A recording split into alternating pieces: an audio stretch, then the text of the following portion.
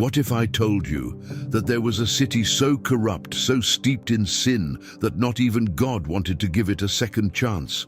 A city where right became wrong, and wrong became a source of pride, where perversion was celebrated in public squares, and justice was buried under the weight of lust, arrogance, and blasphemy. Sodom. This name has crossed the centuries like a forbidden whisper, a scar on the history of humanity. A symbol of all that corrupts the soul and destroys a civilization from within. But what was really happening in Sodom? Why did God send fire from heaven? What were the sins that made the people of Sodom an unforgivable people? Today, you'll discover the 7 sins that condemned Sodom to eternal destruction. And when we get to the 5th, you'll understand why this story was hidden for so long. But a warning. This video isn't for everyone, and it might make you look at today's world with different eyes. If you're one of those who seeks the truths that no one has the courage to tell, then subscribe to the channel now and activate the bell, because here the Bible speaks louder. Here, stories are not sugar-coated. They are told as they really happened. And if this kind of revelation moves you, leave a like. Because what you're about to hear now could change your perspective forever. Long before it was reduced to ashes, Sodom was a coveted place, rich, fertile, prosperous, situated in a region of verdant plains on the shores of what we now call the Dead Sea. Sodom was, to human eyes, a slice of paradise, a place where the soil yielded easily, water was abundant, and trade flourished between caravans and distant peoples. Many called it a blessing, but heaven saw it differently, because behind the golden walls and fine clothes, Sodom hid a rotten heart.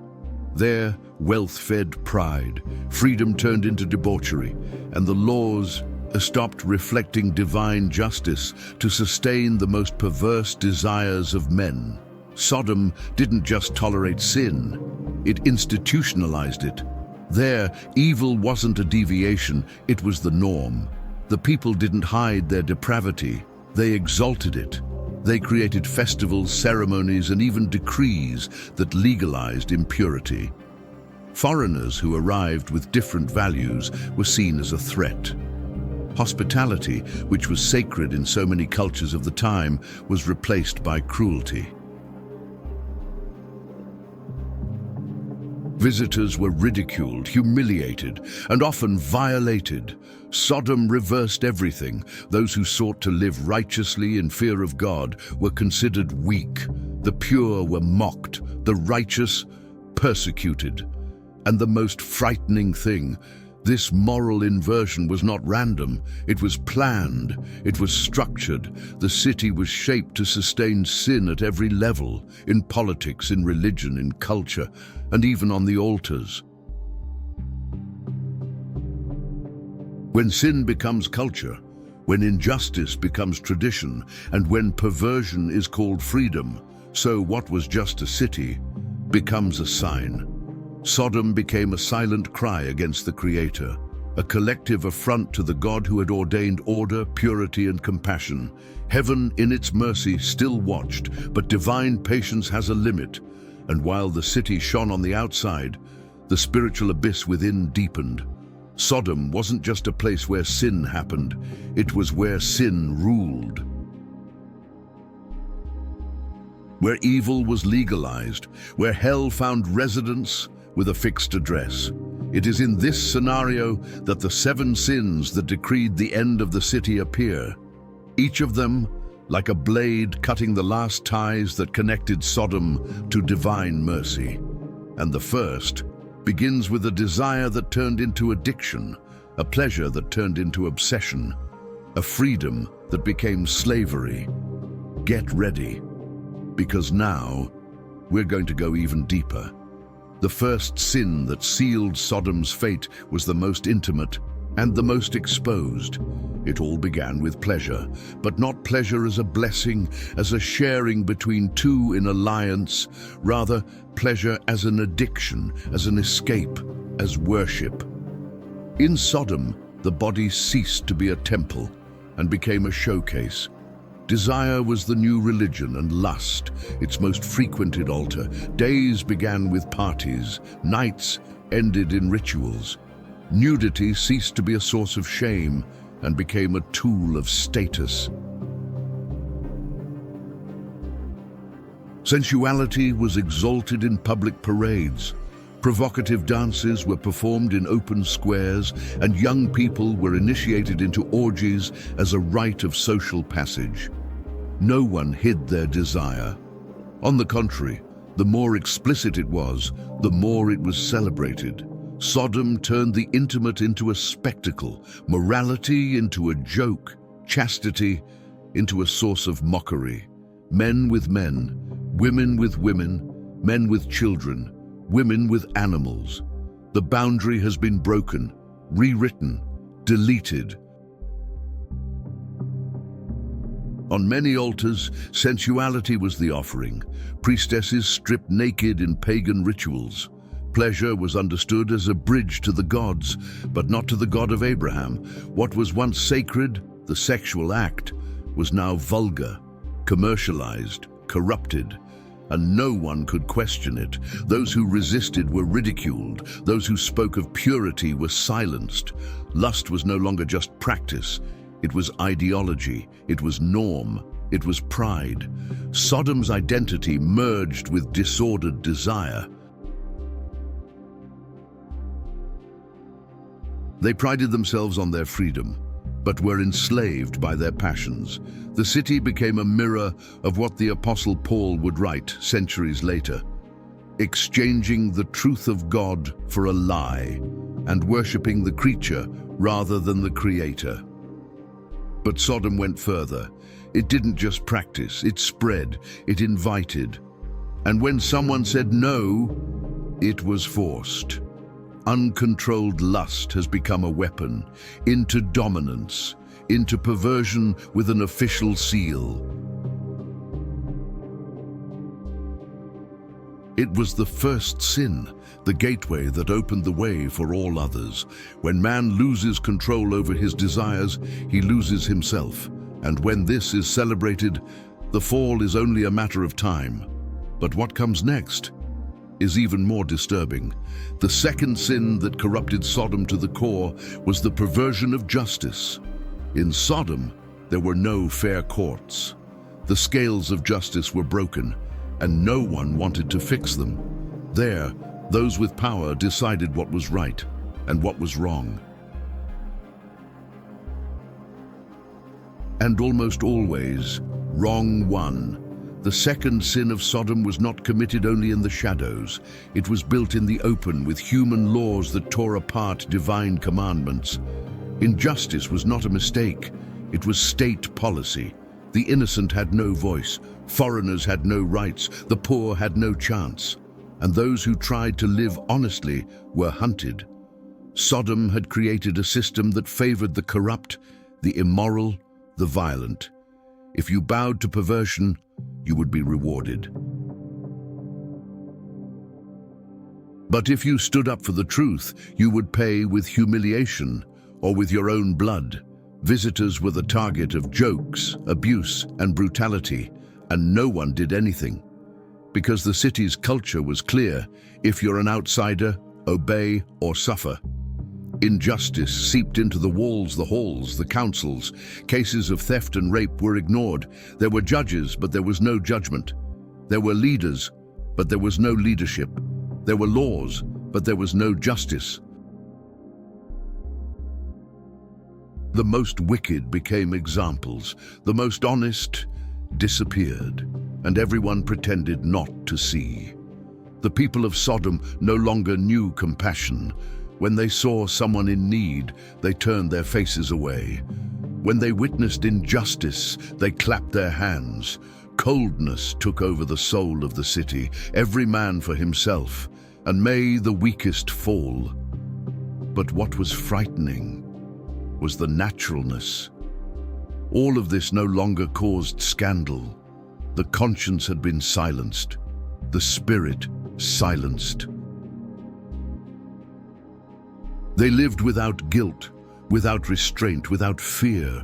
Injustice in Sodom was not just a reflection of decadence, it was the foundation on which the social system was built. And when justice is destroyed, chaos becomes routine, violence becomes entertainment, and the pain of others becomes a reason for laughter. God saw, God waited, but God would not forget. And while the city was intoxicated by its own decrees, a new type of cult was spreading among the squares. An even darker, more grotesque cult, where wine, flesh, and lust mingled with sacrifices and perversion. In the next sin, the city will kneel before strange gods and dance around altars that would make even demons blush. The third sin of Sodom was the desecration of the sacred.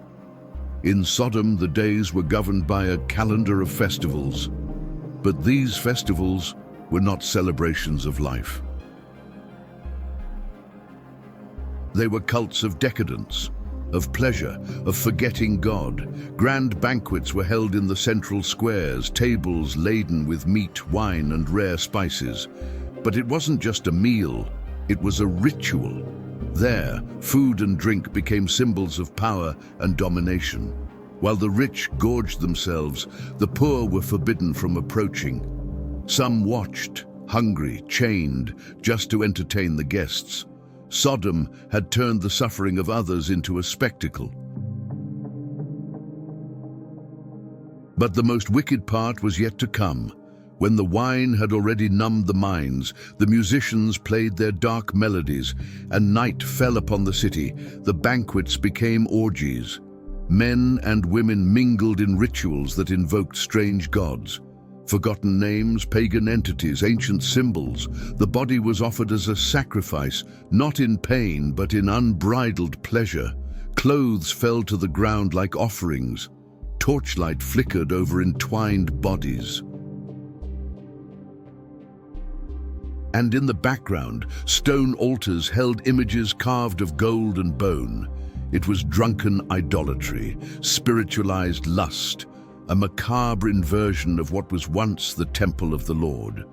Some scholars claim that children were initiated into these rituals, that innocents were delivered as living offerings, and that screams of pleasure and agony mingled under the same roofs. The worship of the God of Abraham had been erased. In its place, Sodom enthroned hedonism, the worship of the senses. The exaltation of man as the center of the universe. But behind this mask of pleasure, there was an insatiable emptiness, a black hole that swallowed everything around it. The people of Sodom no longer knew what silence was, what contemplation was, what humility before the sacred was. They laughed at those who fasted, they mocked those who prayed, and they persecuted anyone who refused to participate in the rituals. It was forbidden to be pure and mandatory to be part of the party. The city had become an eternal carnival, but a carnival on the brink of the abyss, and God watched in silence, but not in oblivion, because while men danced around the idols, heaven prepared its answer. And among those who celebrated, few realized that mercy was moving away. In the next chapter, we will see that even with all its wealth, Sodom ignored the poor, mocked the needy, and raised its arrogance to the throne of the Most High. The fourth sin was committed in silence, but it echoed in the heavens. Sodom was a wealthy city. The fields produced abundantly. Trade was strong, the houses were luxurious, banquets were held daily. But in the midst of so much abundance, no one extended a hand to the hungry. Generosity had been erased from the hearts of those people. They did not give, they did not share, they did not care.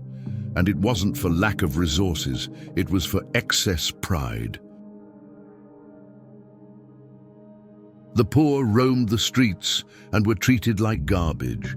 Some were used as cruel entertainment, tied up, mocked, and driven out of the city amid laughter and applause. Sodom had institutionalized contempt. Charity was considered weakness, compassion, foolish. They built marble temples, but they did not extend a hand to those who fell in the mud. In Ezekiel 16, God himself denounces, "Behold, this was the iniquity of Sodom, pride, fullness of bread, and contempt for the poor." The sin of omission, the sin of silence in the face of pain, the sin of turning your face away while someone dies of hunger at your feet. Sodom did not kill only with swords, but with indifference. And perhaps this is one of the most subtle and most dangerous sins, because it disguises itself, because it silences, because it hardens the heart slowly. In Sodom, those who had nothing were not considered human, and those who had everything thought they would never be held accountable. But heaven sees the invisible. Heaven hears the cry that no one hears, and heaven does not tolerate pride disguised as success. Wealth without charity is a curse disguised as a blessing. And in Sodom, this curse spread like an invisible plague. God would not only destroy Sodom for its wickedness, but also for its coldness. But what was to come was even worse, because the next sin was a point of no return, an act so grave that all heaven rose up against it. In the next chapter, you will see the sin that the angels could not bear to witness. The night Sodom tried to rape heaven itself. The sin unforgivable. The fifth sin of Sodom was the most wicked, the most explicit, the most offensive, and the most unforgivable. It was not just a moral transgression. It was not just another act of lust or idolatry. It was a direct assault on heaven, an attack on God's own messengers. It is written in Genesis chapter 19, 2 angels were sent into the city in the appearance of men to visit Lot, the only righteous man left in Sodom. When evening came, they were received into his house with hospitality, humility, and fear. But evil felt the presence of the divine.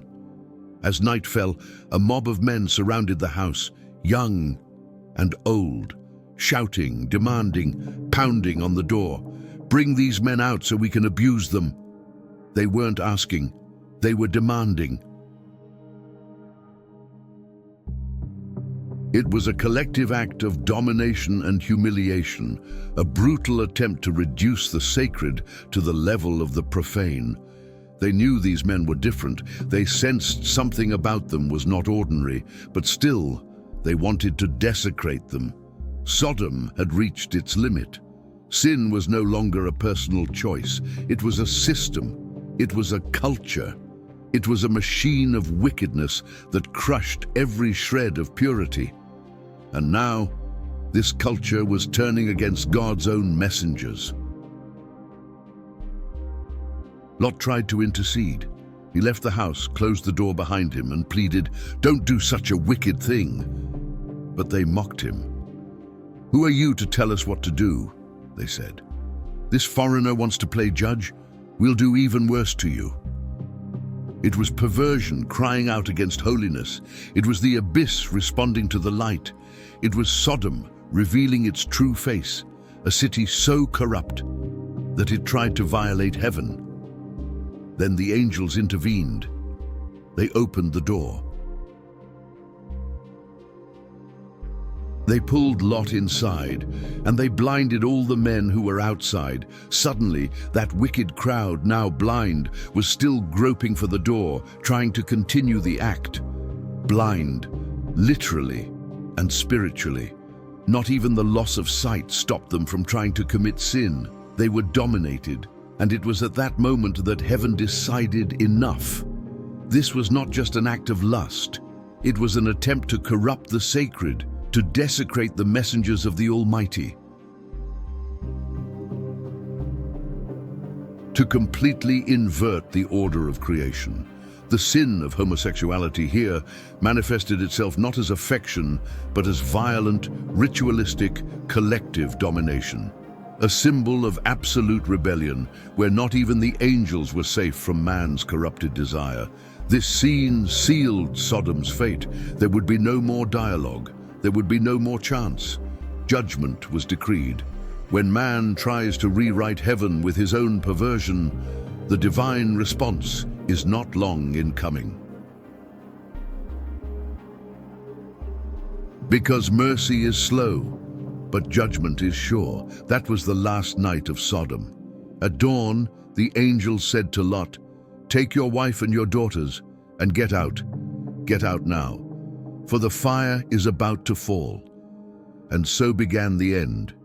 If this part of the story shocked you, know that there are still two sins that need to be revealed. And the last one is more common today than you might think. Subscribe to the channel now and activate the bell, because the next few minutes will show why Sodom is still alive in the 21st century.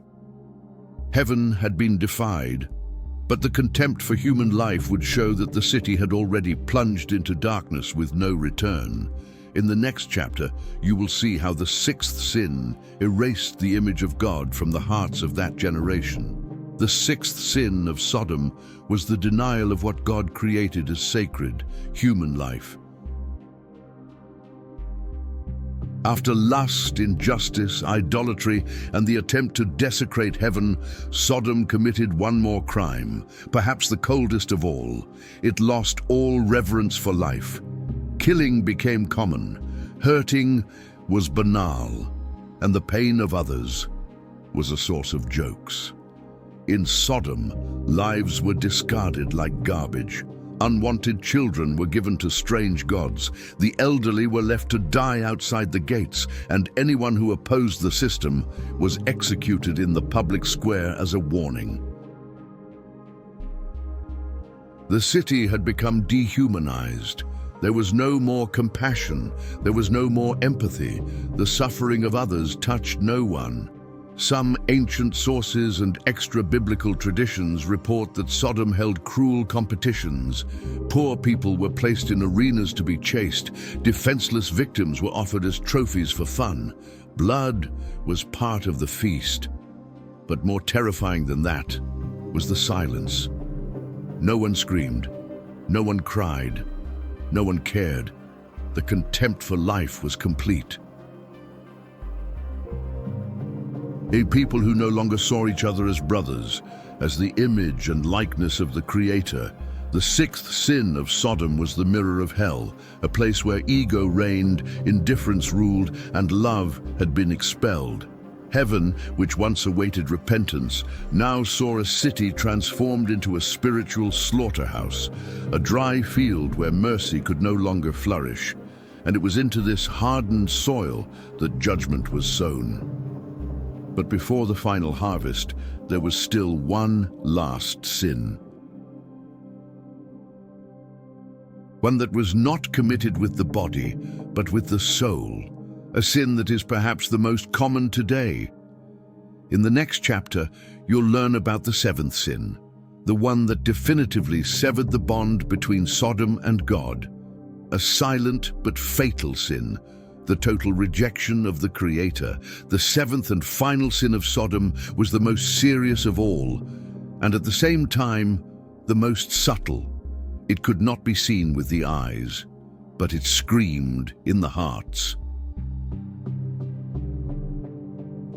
It was invisible, but it contaminated everything. It was the sin of total rejection of the Creator. In Sodom, God was not just ignored, He was rejected. They didn't want laws. They didn't want commandments. They didn't want remembrance of the Most High. They wanted to be their own gods. Prayers had ceased. Altars to the God of Abraham had been destroyed. Faith was ridiculed. Obedience was considered weakness. The city was proud of its freedom, but it was a slave to itself.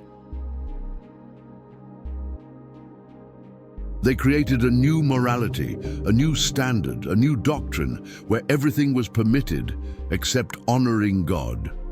In their songs they mocked the Lord. In their rituals they invoked pagan entities. And in their speeches they proclaimed spiritual independence. It was the spirit of Lucifer disguised as culture. It was rebellion, institutionalized. Their rejection of the Creator was not an act. It was a process. First, they turned away from fear. Then they distorted the truth. Then they erased the symbols. Finally, they placed themselves on the throne. The creature wanted to be greater than the Creator. And man began to worship himself. That was the last cut, the last blade, the last echo before the silence of destruction. Because when a people decides to live without God, they also decide to die without Him. And when Sodom declared its spiritual independence, heaven declared war on its sin. Now, judgment could wait no longer. And it was then that the sky tore open, and fire, for the first time in history, fell not as light, but as a sentence. In the next chapter, you will witness, as if you were there, the moment when Sodom was wiped from the earth. The last night arrived, and there was no public warning, there was no thunder, there was no earthquake, just silence. A heavy silence, as if the universe itself held its breath. Inside Lot's house, the angels gave the order. Get up, take your wife and your daughters. Get out of the city and don't look back.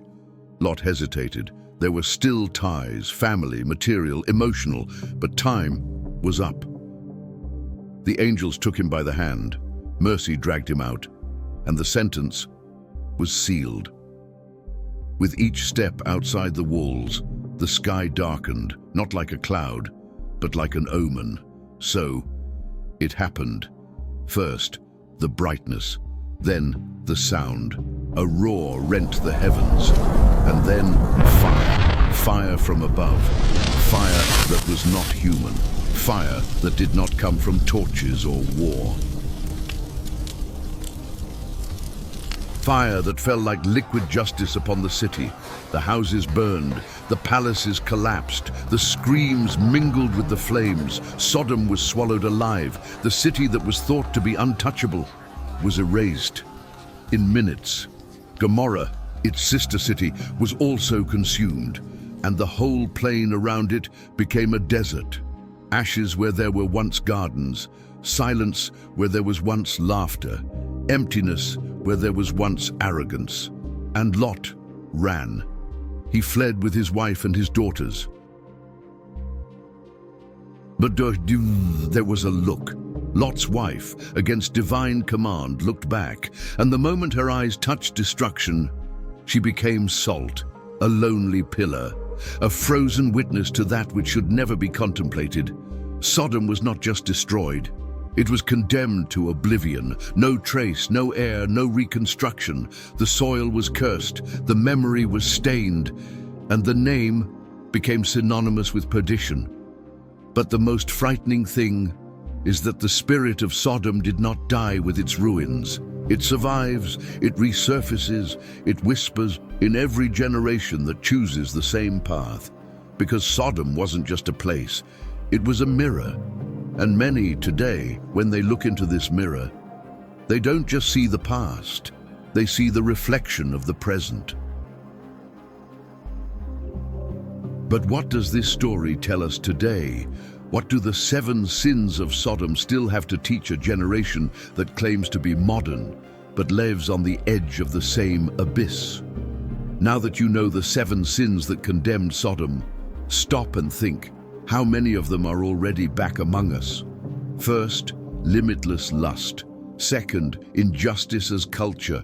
Third, idolatry and pleasure as religion. Fourth, wealth without charity. Fifth, the violation of the sacred. Sixth, the total contempt for human life. Seventh, the conscious rejection of the Creator. These sins are not buried in the ashes of antiquity. They walk the streets, they speak through screens, they hide in laws, in music, in fashions, in decisions. Sodom may have been physically destroyed, but its spirit still lives in many hearts, including, perhaps, ours. And the question remains, are we repeating history? Which of the 7 sins do you think is most prevalent in today's world? Write in the comments below. But write as a warning, type the sentence, Sodom still lives among us, and complete with the sin you see most repeated today. If you've made it this far, it's because you feel something is wrong in the world, that sins are being normalized, that judgments are being ignored. So if this video touched you, subscribe to the channel now, because in the next episode, we'll reveal the forgotten prophecy that says which city will be destroyed like Sodom, but hasn't been yet. And if you want this message to reach more people, leave your like. Your gesture can open the eyes of someone who is still alive, as if Sodom were eternal.